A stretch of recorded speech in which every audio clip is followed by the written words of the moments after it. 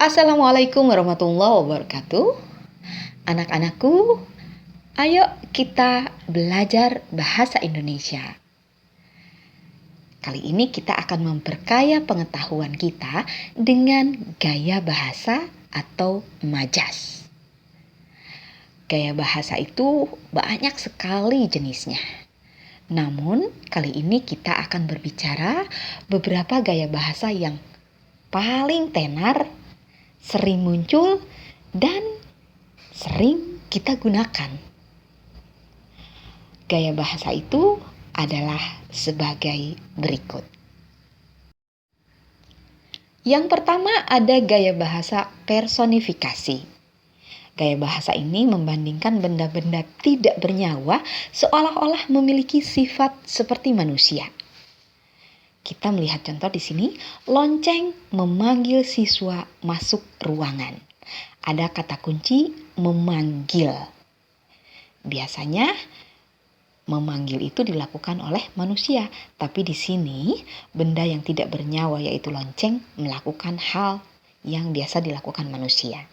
Kemudian contoh yang kedua ada nyiur, melambai di tepi pantai. Kata kuncinya adalah melambai. Nyiur yang melambai. Kata melambai biasanya dilakukan oleh manusia. Sehingga di sini untuk lebih cepat ingat kita mengunci ada kata person. Personifikasi, kata person. Person itu adalah orang. Begitu. Yang kedua ada gaya bahasa metonimia. Gaya bahasa ini menyatakan suatu hal dengan memakai kata lain yang punya keterkaitan. Misalnya sebuah merek dagang. Kita lihat contoh. Saya pergi ke sekolah naik Tiger. Nah, yang digarisbawahi adalah kata Tiger ya. Dengan menyebut saya pergi ke sekolah naik Tiger, orang mengerti maksudnya adalah naik motor Tiger, bukan naik harimau ya. Jadi tidak harus ditulis motornya, itu tidak perlu ditulis. Kemudian yang kedua, ayah pergi ke Bali naik Garuda. Naik Garuda maksudnya adalah naik pesawat. Pesawat Garuda. Yang ketiga, ada gaya bahasa hiperbola. Gaya bahasa ini adalah gaya bahasa yang melebih-lebihkan suatu hal dari yang sebenarnya dengan tujuan untuk memberi kesan yang lebih hebat. Ya. Kita lihat di sini, saya terkejut setengah mati mendengar perkataannya. Kata kuncinya adalah setengah mati. Jadi saya terkejut setengah mati. Tidak sampai kita itu ya setengah dari mati begitu. Kemudian ada tangisannya menyayat hati. Ada kata yang digarisbawahi adalah menyayat. Menyayat itu hati kita tuh disayat-sayat ya. Nah, ini penggunaan kata-kata yang hebat ya, memberi kesan hebat. Selanjutnya yang keempat ada litotes. Litotes itu biasanya disebut majas yang merendahkan diri ya. Di sini majas yang mengurangi atau mengecilkan keadaan yang sebenarnya agar terhindar dari kesan sombong. Nah, itu tadi untuk supaya merendahkan diri itu terhindar dari kesan sombong. Kita lihat contoh. Gajiku tak seberapa, hanya cukup untuk makan anak dan istri. Nah, di sini ada kata gajiku tak seberapa. Ini kata-kata yang merendah ya, begitu. Kemudian terimalah pemberian yang tak berharga ini. Ada kata tak berharga ini. Padahal mungkin pemberiannya sangat berharga ya. Hanya di sini ada penggunaan kata merendah begitu. Nomor 5 ada gaya bahasa ironi. Majas ini menyatakan makna yang bertentangan dengan maksud untuk menyindir. Makanya ironi biasanya disebut gaya bahasa sindiran ya.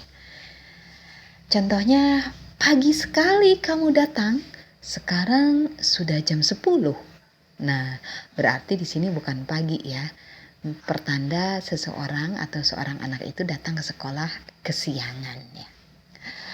Contoh kedua, bersih sekali kelas ini, sampah di mana-mana. Nah, berarti bukan bersih ya, tapi kotor gitu. Itulah gaya bahasa ironi. Yang nomor 6 ada gaya bahasa paradoks. Paradoks itu adalah gaya bahasa yang menggunakan kata yang bertentangan untuk menggambarkan keadaan yang kontradiktif. Ya. Kita lihat, aku merasa kesepian di tengah keramaian kota Jakarta. Jadi dalam kalimat ini ada kata yang kontradiktif, kesepian. Ada kata di keramaian. Nah, biasanya kalau keramaian tentu saja tidak sepi ya. Nah, di sini ada suasana yang kontradiktif. Contoh yang kedua, kenaikan dolar berimbas pada penurunan kesejahteraan rakyat. Jadi ada kata yang kontradiktif, kenaikan. Kenaikan dolar justru berimbas pada penurunan kesejahteraan rakyat.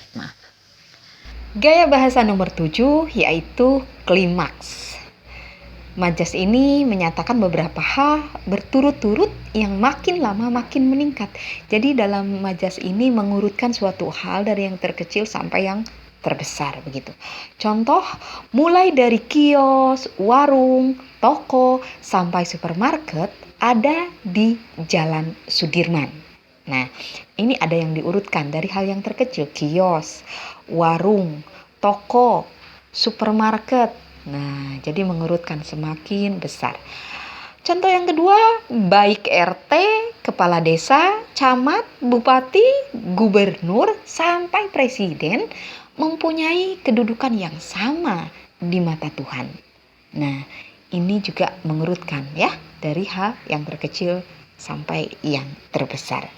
Seandainya ada sebaliknya, urutannya dari yang tertinggi dulu, lalu ke bawah atau semakin kecil, itu gaya bahasa anti klimaks. Jadi kebalikan dari klimaks adalah gaya bahasa anti klimaks.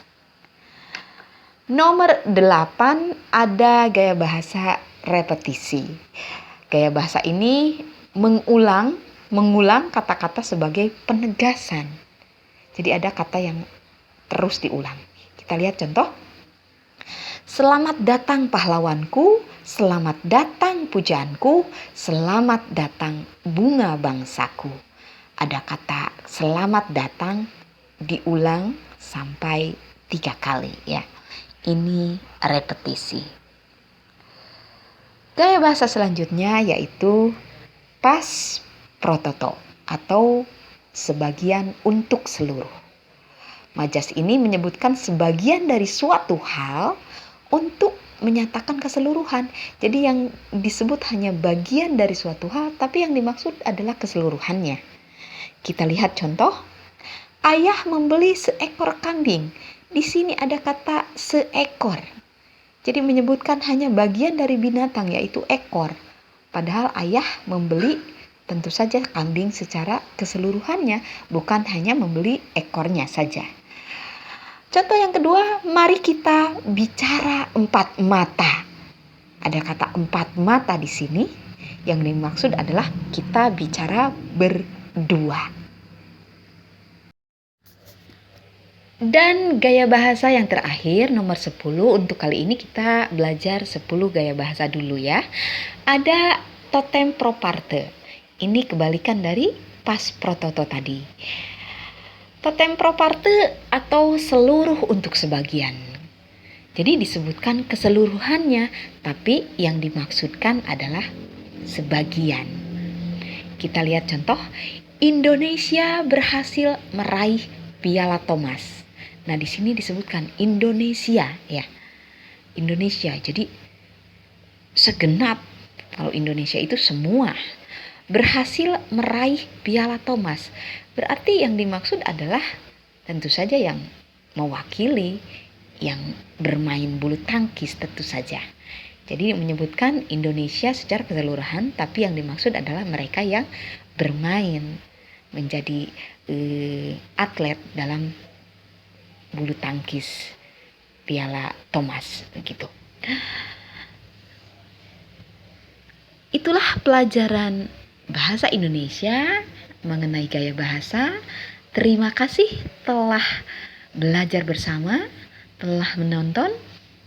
Sampai bertemu dalam pelajaran bahasa Indonesia dengan tema yang lain.